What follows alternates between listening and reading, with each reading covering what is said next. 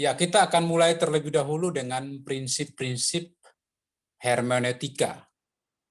Kalau lebih banyak pembahasan mengenai hermeneutika, saya kira sudah pernah dibahas oleh Pak Laia, kalau nggak salah, Pak Laia dari Pulau Nias.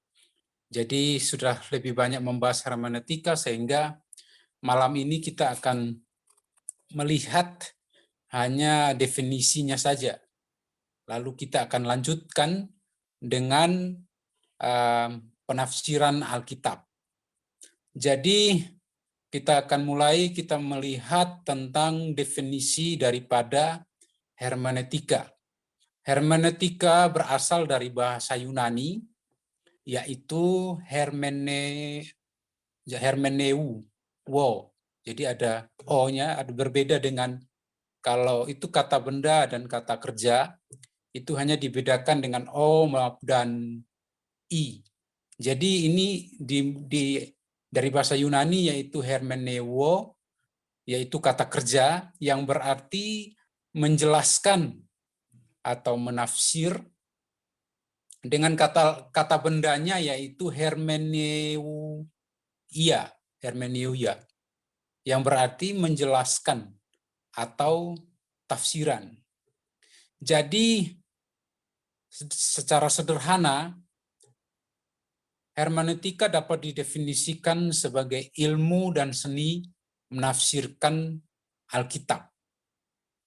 Disebut ilmu karena dalam mengerjakan penafsiran menggunakan cara-cara, prinsip-prinsip, langkah-langkah, atau proses dan aturan-aturan tertentu. Kemudian juga disebut sebagai sebuah seni karena di dalamnya memerlukan keterampilan. Ilmu yang mempelajari, jadi hermeneutika itu adalah ilmu yang mempelajari prinsip-prinsip penafsiran. Berbeda dengan eksegesis. Eksegesis terdiri dari penafsiran sesungguhnya terhadap Alkitab atau menggali arti. Jadi menggali arti dari makna yang terkandung dalam pesan yang terdapat di dalam kitab suci, secara khusus digali dari bahasa asli kitab suci. Eksegesis maksud saya, itu dari bahasa Yunani dengan bentuk kata benda, yaitu eksegesis, yang berarti hasil dari mengeluarkan atau pengeluaran. Dengan kata kerja exogomai, yang berarti mengeluarkan, menerangkan, menafsirkan, melaporkan, dan menjelaskan. Ini berarti menjelaskan kata, kalimat, paragraf, atau kitab dengan cara mengeluarkan arti yang sesungguhnya dari teks asli kitab suci, yaitu dari bahasa Ibrani maupun Yunani. Kemudian, Bapak Ibu, memang demikian, tetapi dalam kenyataannya, baik sadar maupun tidak sadar, setiap penafsir Alkitab mempunyai sistem hermeneutika. Ketika seseorang melakukan eksegesis, ia menyatakan hermeneutikanya, meskipun mungkin kebanyakan penafsir tidak selamanya mensistematikan hermeneutikanya. Sedikit saja, meskipun kalau itu ada, ya sedikit saja yang mensistematikannya, sedikit saja kalau itu pun ada. Para penafsir yang mulai dengan mempersiapkan hermeneutikanya sebelum menuju kepada eksegesis. Kebanyakan rupanya baru memikirkan hermeneutika sesudah bertahun-tahun menafsirkan. Tetapi memikirkan pokok hermeneutika sangatlah berguna karena akan memaksa seseorang untuk memeriksa dasar dari eksegesis dan konsistensi dari praktek-praktek penafsirannya terhadap kitab suci. Kemudian kita lanjut mengenai beberapa sistem hermeneutika. Dengan alasan-alasan yang dinyatakan kemudian, bahwa sistem yang benar dari hermeneutika ialah yang boleh dicap wajar, literal, atau harafiah, sederhana atau harafiah. Akan tetapi, contoh-contoh dari sistem lainnya yang tidak mendukung penafsiran wajar, harafiah atau literal, atau sederhana, sedikitnya tidak secara konsisten dapat mempertajam apa yang dimaksud dengan penafsiran wajar dan prinsip-prinsip hermeneutika yang menjadi dasar. Patutnya dikatakan bahwa hampir tidak ada seorang pun yang mempunyai sistem hermeneutika yang murni. Kebanyakan menggabungkan. Kenapa? Karena kebanyakan mereka menggabungkan unsur-unsur dari beberapa sistem. Itu sebabnya kebanyakan orang itu tidak murni menerapkan hermeneutikanya sendiri, tetapi mereka menggabungkan unsur-unsur dari beberapa sistem. Sehingga akhirnya muncul beberapa aliran penafsiran. Kita mulai dengan yang pertama, yaitu hermeneutika alegoris.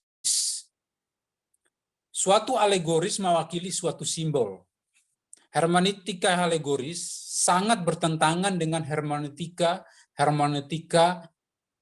harafiah, dan biasanya sering kembali kepakai ketika makna harafiahnya nampaknya tidak bisa diterima oleh penafsir. Seperti kata-kata yang tidak bisa dimengerti menurut arti yang sewajarnya, tetapi dalam arti simbolis yang mengakibatkan makna teks yang berbeda secara tepatnya. Makna itu tidak pernah dimaksudkan oleh teks tersebut, meskipun makna itu tidak pernah dimaksudkan oleh teks tersebut. Hermeneutika alegoris bila dipakai secara konsisten, hermeneutika alegoris akan mengubah Alkitab menjadi seperti khayal, fiktif, karena artinya yang wajar dari kata-katanya akan menjadi tidak relevan dan diganti dengan arti yang seenaknya diberikan oleh penafsir kepada simbol-simbol itu atau simbol-simbol yang ditemukan di dalam kitab suci. Akan tetapi, untuk kebanyakan hermeneutika alegoris tidak dipakai secara konsisten atau seluruhnya. Kaum Injili yang memakai sistem ini atau sistem hermeneutika alegoris biasanya memakainya dalam bidang nubuatan, sedangkan tidak dipakai dalam bidang lainnya, karena memakai hermeneutika harafiah dalam menafsirkan Alkitab. Jadi, dalam nubuatan, kaum Injili memakai hermeneutika alegoris, tetapi dalam pendekatannya terhadap di luar daripada nubuatan, mereka akan melakukan pendekatan hermeneutika secara harafiah, literal atau wajar. Kemudian yang kedua, disebut dengan penafsiran harafiah. Pada sisi sebaliknya dari penafsiran alegoris, kita bisa melihat bahwa pada sisi sebaliknya dari penafsiran alegoris yang murni atau konsisten adalah penafsiran harafiah. Karena kata harafiah mempunyai konotasi yang tidak dimengerti atau dimengerti secara subjektif, sebutan seperti sederhana atau wajar lebih bisa diterima. Jadi harafiah itu, penafsiran harafiah itu lebih diterima kalau disebut sebagai penafsiran sederhana maupun penafsiran wajar. Harafiah biasanya dipahami sebagai tidak mau mengerti ungkapan dan sebagainya, atau meskipun begitu yang sebenarnya tidak demikian. Biasanya dianggap bahwa penafsiran harafiah bergandengan tangan dengan kepercayaan pada pengilhaman penuh. Jadi mereka menuduh bahwa penafsiran harafiah, mereka dalam posisi itu bergandengan tangan dengan kepercayaan pada pengilhaman penuh, yaitu kata demi kata di dalam kitab suci. Namun tidak harus demikian, karena ada para penggali Alkitab yang mempraktekkan hermeneutika harafiah tetapi tidak berpegang pada pandangan pengilhaman tertinggi. Misalnya seperti itu. Kemudian itu yang kedua, kemudian yang ketiga yaitu penafsiran semi alegoris atau semi harafiah. Di antara kaum Injili, paling tidak hampir tidak ada yang murni alegoris. Itu sebabnya ada metode penafsiran yang bisa disebut semi alegoris. Sebaliknya, bisa juga disebut semi harafiah, terutama bila ada penekanan kuat pada penafsiran harafiah dalam kebanyakan bidang teologi. Karena biasanya penafsiran harafiah sudah ditinggalkan dalam bidang penafsiran nubuatan. Jadi penafsiran harafiah itu biasanya tidak digunakan atau tidak dipakai ketika dilakukannya pendekatan terhadap penafsiran nubuatan. Tema utama Alkitab adalah rohania atau penebusan, tetapi isinya tidak menentukan prinsip-prinsip hermeneutik. Hermeneutik memberikan prinsip-prinsip untuk mengerti isi dari teks tersebut yang ditemukan di dalam Alkitab. Tentu saja perjanjian lama adalah persiapan bagi pewahyuan yang lebih penuh dari perjanjian baru. Tetapi itu tidak berarti bahwa perjanjian baru harus dimengerti secara alegoris atau rohania. Allah berkomunikasi dengan sederhana dalam perjanjian lama dan perjanjian baru. Itu kenyataannya bahwa Allah berkomunikasi secara sederhana, baik itu di dalam perjanjian lama maupun di dalam perjanjian baru. Itu sebabnya pendekatan semestinya adalah pendekatan yang wajar, karena tidak memerlukan dirohanikan seperti begitu. Itu yang ketiga. Kemudian yang keempat adalah penafsiran teologis. Ini sebetulnya dari Daniel Full ya, tetapi kita bisa perhatikan bahwa penafsiran teologis dalam arti tertentu khususnya mengenai kaum Arminianisme, seperti yang dilukiskan oleh Alice, bisa dipandang dengan menggunakan hermeneutik semi alegoris, tetapi bisa juga sebagai ilustrasi dari penafsiran teologis. Karena sistem teologisnya tidak mengizinkan kerajaan yang nyata atas bumi yang diperintah oleh Kristus. Oleh sebab itu, bagian-bagian tertentu tidak bisa ditafsirkan secara harafiah. Jadi mereka secara khusus di dalam penafsiran terhadap kerajaan 1000 tahun atau kerajaan milenium, mereka merohanikan bahwa itu tidak nyata di atas bumi ketika Kristus akan datang dan mendirikan kerajaan 1000 tahun itu. Nah, seseorang bernama Daniel Full, dia mengatakan begini, untuk mempertahankan kesatuan Alkitab, katanya Daniel, bahwa kita harus memakai prinsip penafsiran teologis, yang maksudnya penafsiran yang tidak menghasilkan dua maksud Allah dalam Alkitab. Jadi harus satu makna atau maksud Allah dalam Alkitab. Contohnya satu untuk Israel dan satu untuk gereja. Jadi ini sangat menentukan sekali, saya kira. Bapak Ibu kalau mau menafsirkan tentang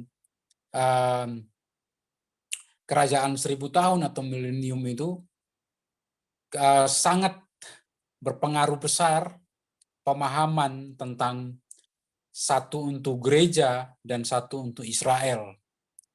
Atau ada yang mengatakan bahwa gereja adalah Israel rohani.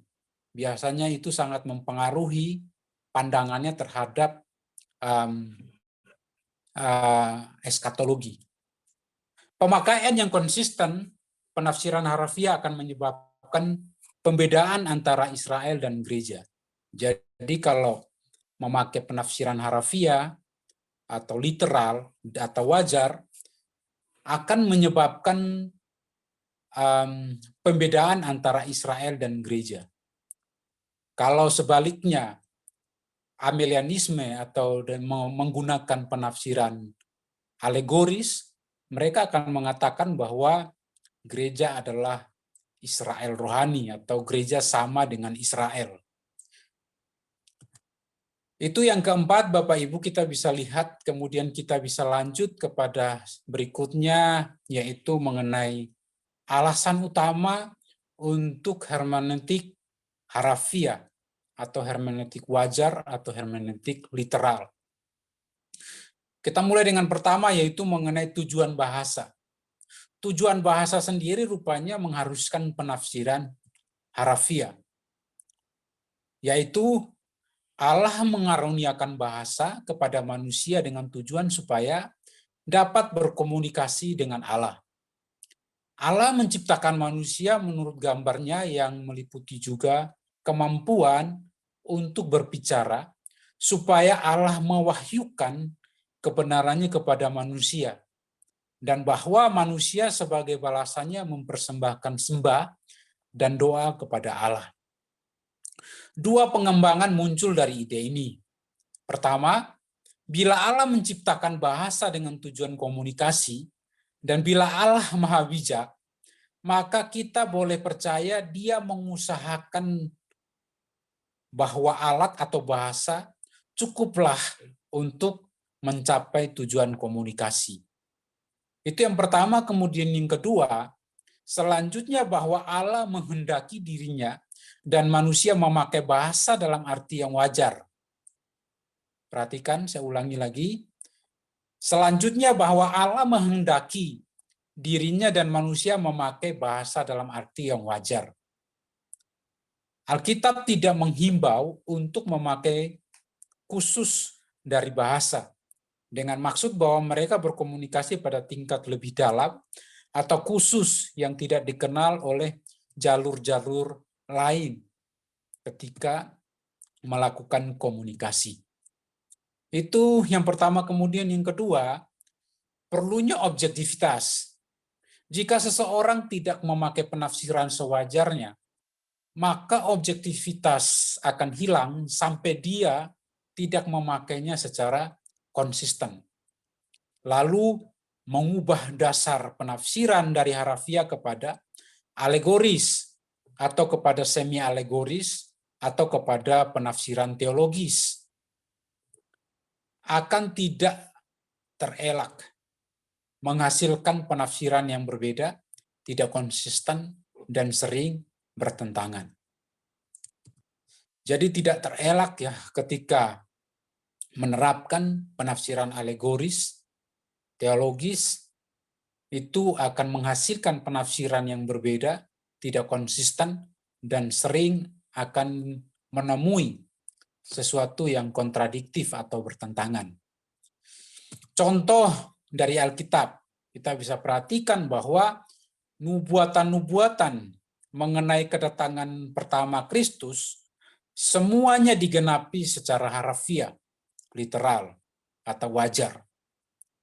Ini menjadi fakta yang jelas dan amat sangat penting sekaligus menuntut keabsahan dan dalam pemakaian hermeneutik harafiah untuk semua penafsiran Alkitabiah. Lebih dari 300 nubuatan mengenai kedatangan pertama Kristus digenapi secara harafiah. Beberapa contoh bisa kita temukan di dalam Mika pasal 5 ayat 2, kemudian di dalam Maliaki pasal 3 ayat 1, Yesaya pasal 9 ayat 1 sampai 2, Yesaya pasal 42 ayat 1, Yesaya pasal 53 ayat 5, kemudian di dalam Yesaya 61 ayat 1, Mazmur pasal 16 ayat 9 sampai 10, Mazmur 22 ayat 1, ayat 15 sampai 16 dan 18, kemudian di dalam Mazmur 31 ayat 5, Mazmur 34 ayat 20, Mazmur 68 ayat 18, dan Sakaria 13 ayat 7.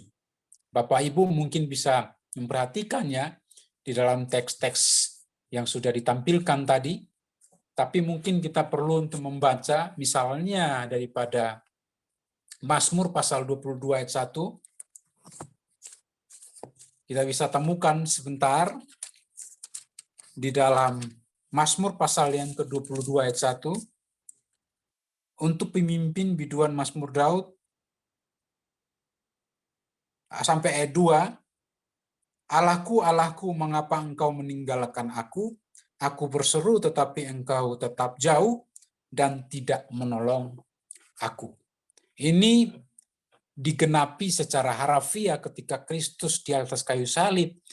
Kristus mengatakan Elih, Elih lama sabachthani. Jadi jelas sekali bahwa nubuatan-nubuatan mengenai kedatangan Kristus yang pertama kali itu digenapi secara harafiah, bukan secara alegoris maupun secara teologis. Masih ada contoh-contoh yang lain.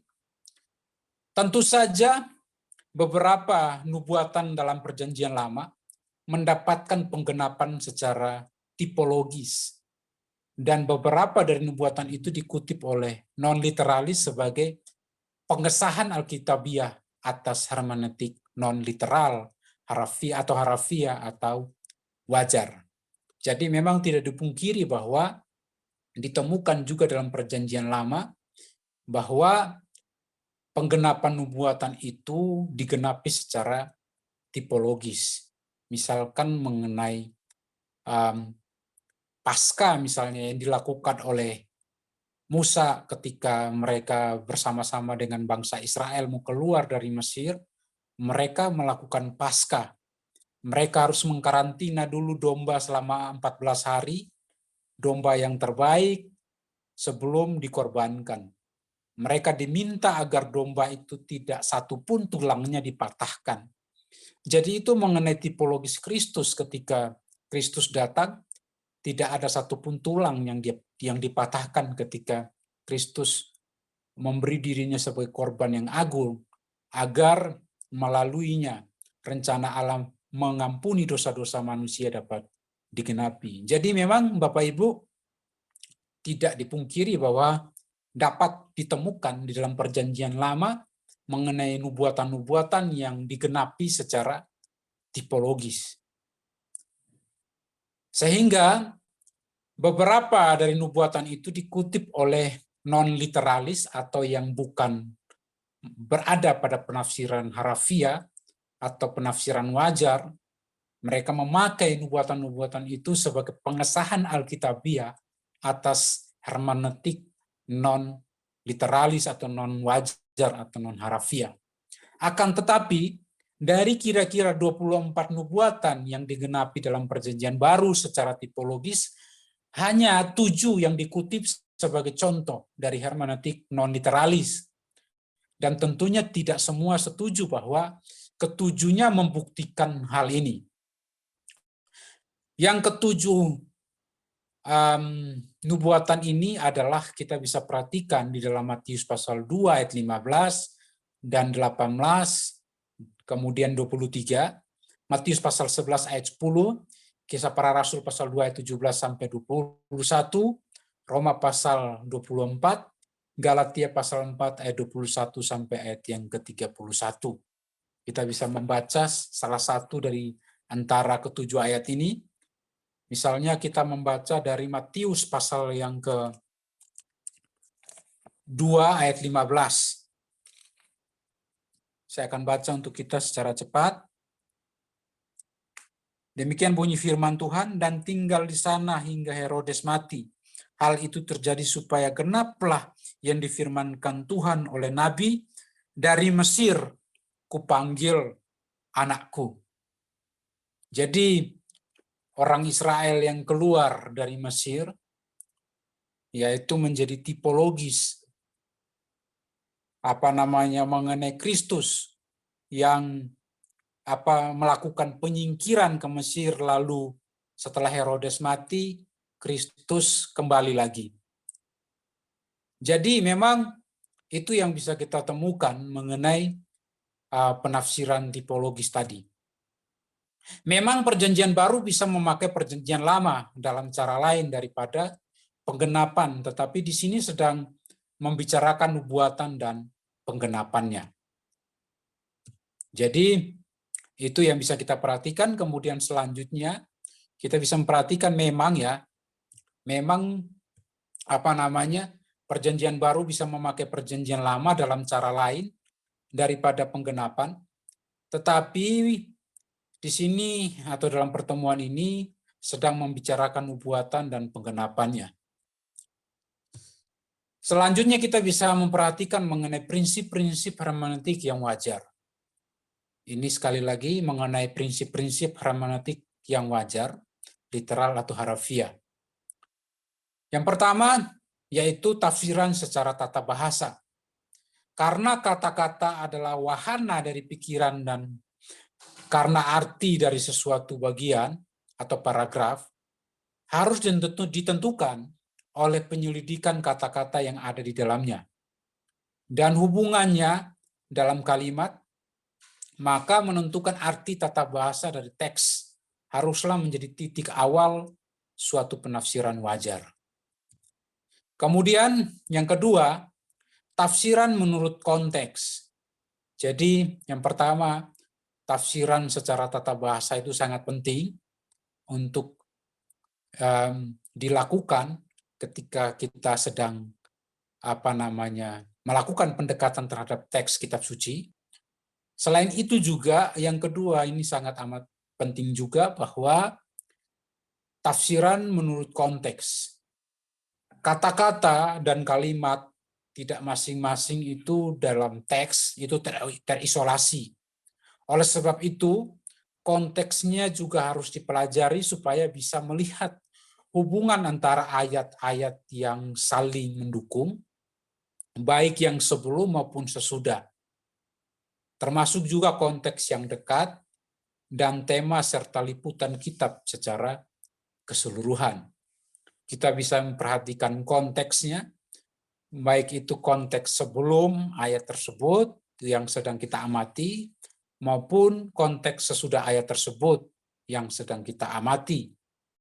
Juga itu yang disebut dengan konteks dekat, kemudian juga kita bisa melakukan konteks jauh, penyelidikan terhadap konteks jauh, yaitu antar pasal, antar kitab di dalam liputan keseluruhan Alkitab yang kita miliki. Kemudian yang ketiga, kita mesti membandingkan nas yang satu dengan nas yang lain dalam Alkitab.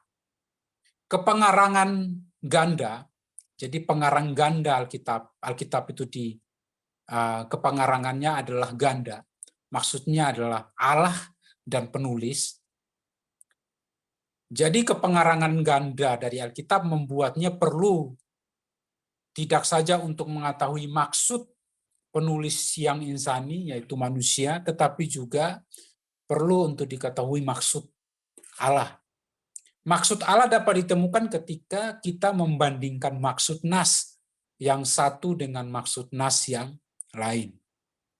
Kemudian, kita harus terbuka untuk mendapatkan arti sepenuhnya yang memberi jalan kepada arti yang lebih penuh dalam pikiran pengarang ilahi dari Alkitab itu. Selanjutnya, kita tidak bisa mengatakan bahwa para penulis insani Alkitab selalu mengerti implikasi sepenuhnya dari kata-kata mereka sendiri. Bila mana kita membandingkan nas dengan nas, kita dapat menemukan maksud yang lebih penuh dari pengarang ilahi.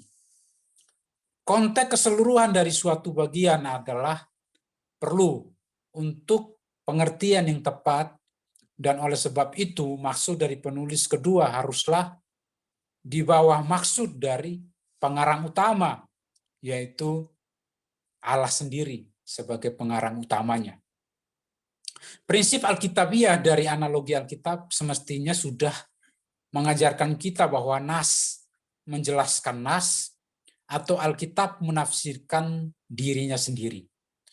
Tugas kita yang pertama dan terakhir adalah untuk mengenali atau mengenal maksud Allah dalam teks Alkitab. Kemudian yang keempat, mengenal sifat pewahyuan yang progresif. Ini juga penting Bapak Ibu. Untuk bisa menafsirkan dengan sederhana secara konsisten, harus mengakui bahwa pewahyuan diberikan secara progresif. Artinya bahwa dalam proses pewahyuan pesannya kepada manusia, Allah bisa menambah atau bahkan mengubah dalam suatu waktu apa yang Dia telah berikan sebelumnya. Sangat jelas perjanjian baru menambah banyak yang belum dinyatakan di dalam perjanjian lama. Kegagalan untuk mengenal sifat progresif ini dalam pewahyuan akan membangkitkan kontradiksi atau pertentangan yang tidak bisa diselesaikan antara bagian-bagian Alkitab kalau diartikan secara harafiah. Itu sebabnya perlu juga kita menerapkan penafsiran dengan mengenal sifat pewahyuan yang progresif itu. Contohnya, Matius pasal yang ke-10 ayat 5-10 dan Matius pasal 24 ayat yang Matius pasal 28 ayat 18 sampai 20. Kemudian juga Lukas pasal 9 ayat 3 dan Lukas 22 ayat 36, Kejadian 17 ayat 10 dan Galatia 5 ayat 2. Mungkin kita bisa perhatikan di dalam Lukas pasal yang ke-9 ayat 3 dan Lukas pasal 22 ayat 36. Di dalam Lukas pasal yang ke-9 ayat yang ke-3 katanya kepada mereka, jangan membawa apa-apa dalam perjalanan, jangan membawa tongkat atau bekal, roti atau uang, atau 2 helai baju. Dan juga kita bisa perhatikan di dalam Lukas pasal 22 ayat yang ke-36.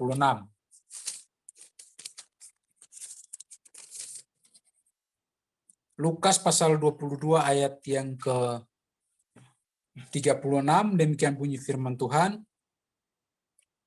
Jawab mereka, suatu pun tidak, katanya kepada mereka, tetapi sekarang ini siapa yang mempunyai pundi-pundi, hendaklah ia membawanya. Demikian juga yang mempunyai bekal, dan siapa yang tidak mempunyainya, hendaklah ia menjual jubahnya dan membeli pedang. Jadi kita bisa melakukan pendekatan untuk teks yang kita amati, kita melakukannya dengan mengenal sifat pewahyuan yang secara progresif. Kenapa kalau tidak demikian, maka kita akan cepat-cepat menyimpulkan Lukas pasal 9 dan 22 ini adalah kontradiksi. Kemudian selanjutnya kita mau memperhatikan mengenai keberatan terhadap hermeneutik wajar. Kita memperhatikan mengenai keberatan terhadap hermeneutik wajar. Keberatan yang paling sering diajukan terhadap penafsiran wajar menunjukkan bahwa karena perjanjian baru memakai perjanjian lama dalam cara yang tidak harafiah, sehingga kita juga boleh menafsirkan nubuatan perjanjian lama secara khusus mengenai kerajaan 1000 tahun dalam arti yang harafiah. Atau dengan kata lain, karena perjanjian baru merohanikan perjanjian lama, demikian juga kita. Ini tampaknya sepintas merupakan keberatan yang kuat terhadap pemakaian hermeneutik normal secara konsisten. Akan tetapi, kita harus ingat bahwa paling sering Perjanjian Baru memakai nubuatan Perjanjian Lama secara harafiah atau wajar dan tidak merohanikannya. Hampir tidak pernah para penulis Perjanjian Lama, maksud saya para penulis Perjanjian Baru tidak memakai Perjanjian Lama dalam cara historis dan tata bahasa, yang tentunya termasuk juga pemakaian ungkapan. Jadi kebiasaan, ya kita bisa perhatikan bahwa kebiasaan ialah bahwa mereka menafsirkan Perjanjian Lama secara sederhana, kekecualian sangat jarang, dan biasanya itu kekecualiannya adalah terhadap tipologis Kristus atau mengenai nubuatan tipologis dalam Perjanjian Lama. Tetapi dalam arti tertentu, segenap Perjanjian Lama adalah tipologis dikaitkan dengan pewahyuan yang lebih penuh dalam Perjanjian Baru. Kemudian juga pokok persoalannya ialah bahwa dapat kita sebagai penafsir mengikuti contoh dari para penulis Alkitab dalam cara kekecualian yang jarang dari pemakaian Perjanjian Lama yang nampaknya adalah non-literal. Tentunya jawabnya iya, kalau kita mau. Tetapi kalau kita melakukannya tanpa wewenang rasuli. Hanyalah itu menjadi wewenang pribadi, dan jika dibandingkan adalah sesuatu yang menjadi wewenang yang kecil. Semua pemakaian Perjanjian Lama oleh penulis Perjanjian Baru adalah di bawah pengilhaman ilahi, dan karenanya dilakukan sepatutnya dan penuh wewenang, karena di bawah pengilhaman ilahi. Jika kita menyimpang dari arti yang sederhana dari teks, kita melakukannya dengan tidak sepatutnya dan tanpa wewenang dari yang ilahi. Apa yang ditulis oleh para penulis Alkitab tidak bisa salah. Karya semua penafsir bisa salah, tetapi apa yang ditulis oleh para penulis Alkitab tidak bisa salah karena datang di bawah pengilhaman ilahi. Itu yang bisa kita perhatikan Bapak Ibu. Kemudian kita bisa lanjut kepada bagian yang kedua, yaitu mengenai doktrin iluminasi. Doktrin iluminasi artinya adalah untuk menyatakan penerangan secara umum yang Kristus bawa kepada semua orang, terutama melalui Injil. Bisa kita perhatikan di dalam Yohanes pasal 1 ayat 9 dan 2 Timotius pasal 1 ayat 10. Dan menyatakan pengertian akan kebenaran Kristen. Itu bisa ditemukan di dalam Efesus pasal 1 ayat 18, Efesus pasal 3 ayat 9. Kemudian menyatakan pengalaman diterangi waktu pertobatan, Ibrani pasal 6 ayat 4. Dan selanjutnya untuk menyatakan sifat menyelidik dari pengadilan di masa mendatang, 1 Korintus pasal 4 ayat yang ke-5. Mengenai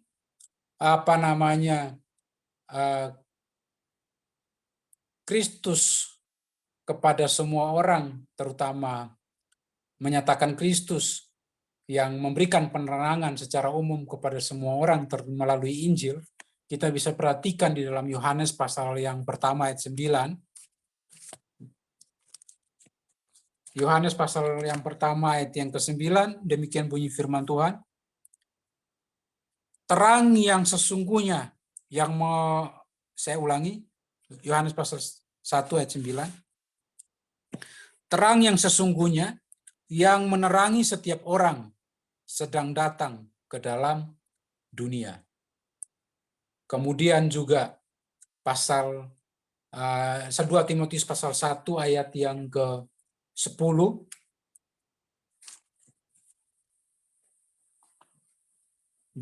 Dan juga mengenai pengertian akan kebenaran Kristen itu juga ditemukan di dalam Efesus pasal 1 ayat 18 dan pasal 3 ayat 9. Bapak Ibu mungkin bisa akan memperhatikannya sendiri nanti. Kita bisa melanjutkan dengan memperhatikan bagian yang lain. Jadi secara teologis, kata ini dipakai untuk beberapa konsep. Pada gereja purba, baptisan sering disebut sebagai iluminasi. Ini sebagaimana dinyatakan oleh Justinus di dalam bukunya yang berjudul Apologi di pasal yang ke-61. Jadi gereja purba ini adalah gereja di bawah tahun 100 Masehi. Teori iluminasi dari pengilhaman menganggap pengilhaman sebagai pengintensifikan, ya intensif maksud saya, dari peningkatan persepsi atau daya tangkap dari para penulis Alkitab. Tetapi biasanya konsep iluminasi berhubungan dengan pelayanan atau pekerjaan Roh Kudus untuk menolong orang percaya agar dapat mengerti kebenaran Alkitab. Jadi pewahyuan sudah selesai, lalu orang percaya ditolong oleh Roh Kudus untuk mendapat penerangan mengenai kitab suci, itu yang disebut dengan iluminasi. Kemudian caranya kita bisa lihat dua bagian Alkitab yang penting menjelaskan pekerjaan Roh Kudus dalam hal ini. Jadi pekerjaan Roh Kudus dalam hal ini kita bisa temukan di dalam Yohanes pasal 16 ayat 12 sampai 15 dan 1 Korintus pasal 2 ayat 9 sampai pasal 3 ayat 2 yang mengajarkan beberapa fakta tentang iluminasi. Yang pertama, Roh Kudus adalah guru dan kehadirannya dalam orang percaya menjamin tersedianya pekerjaan Roh Kudus bagi orang percaya. Kemudian yang kedua, orang yang tidak percaya tentunya tidak dapat mengalami hal ini. Meskipun mereka bisa mencapai pengertian Alkitab sampai kepada sebuah tahap yang tinggi. Mereka menganggap apa yang mereka ketahui pada dasarnya sebagai kebodohan. Kemudian yang ketiga, pengajaran Roh Kudus meliputi seluruh kebenaran, termasuk hal-hal yang akan datang, atau hal-hal yang berkaitan dengan nubuatan. Sifat duniawi orang percaya dapat menghalangi pekerjaan Roh Kudus, tetapi sifat duniawi orang percaya dapat menghalangi pekerjaan Roh Kudus melalui iluminasi. Tujuan pekerjaan Roh itu adalah mempermuliakan Kristus. Kemudian yang keenam, Roh Kudus akan memakai mereka yang mempunyai karunia mengajar untuk melaksanakan pelayanannya. Seperti dijelaskan di dalam Roma pasal 12 ayat 7, kemudian di dalam 1 Yohanes pasal 2 ayat 27.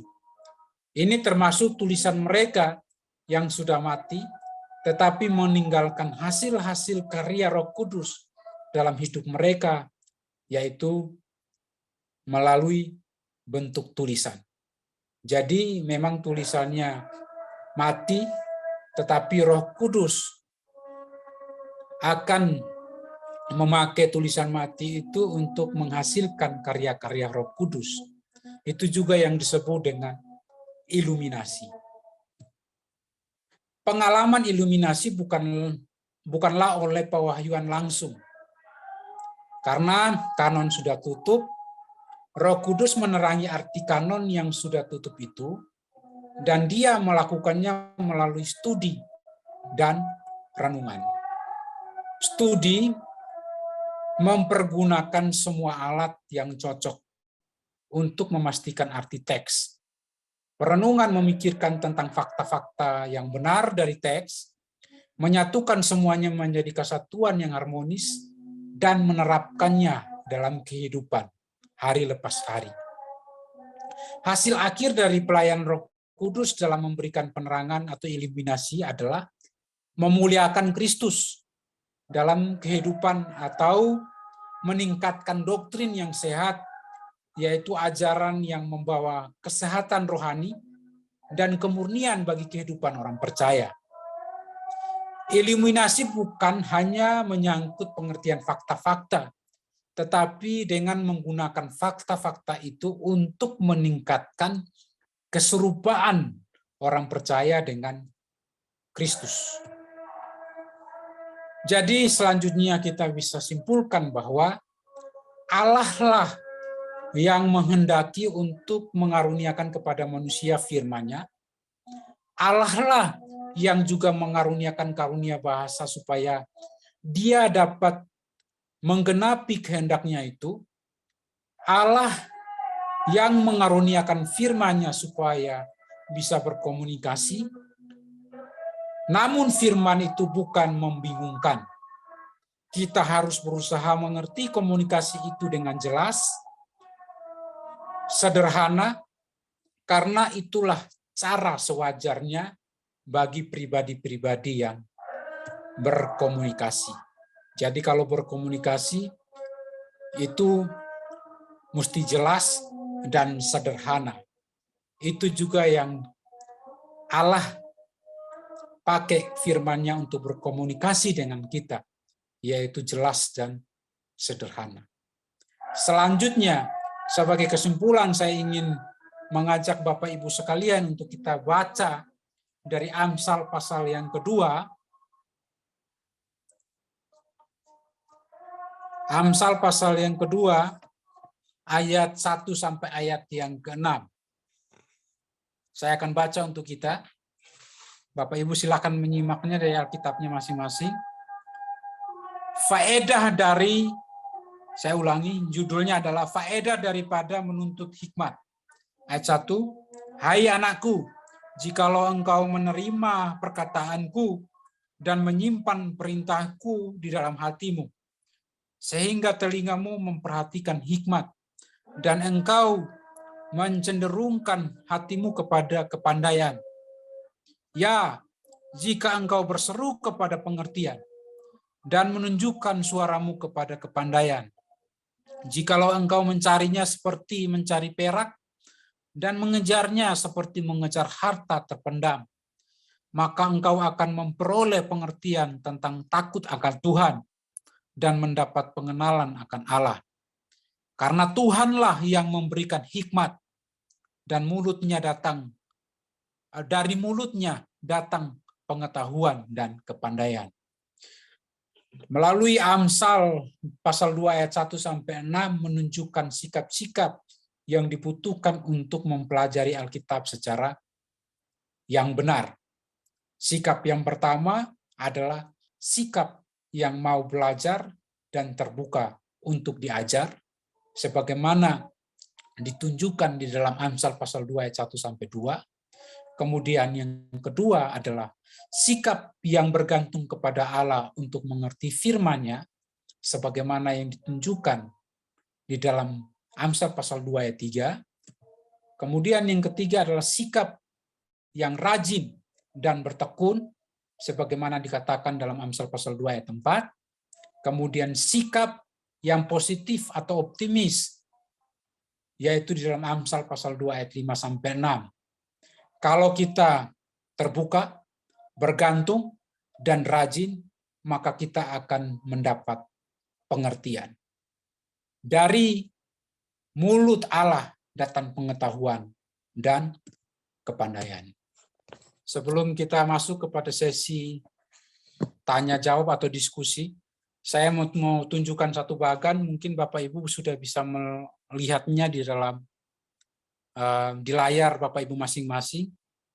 Kita bisa perhatikan bahwa bagaimana Alkitab sampai kepada kita sekarang, yaitu dimulai dengan gagasan dalam pikiran Allah. Jadi itu dimulai dari gagasan dalam pikiran Allah, jadi ada di dalam alam pikiran Allah. Dari alam pikiran Allah itu diwahyukan ke dalam pikiran penulis insani, yaitu manusia. Itu yang disebut pengilhaman.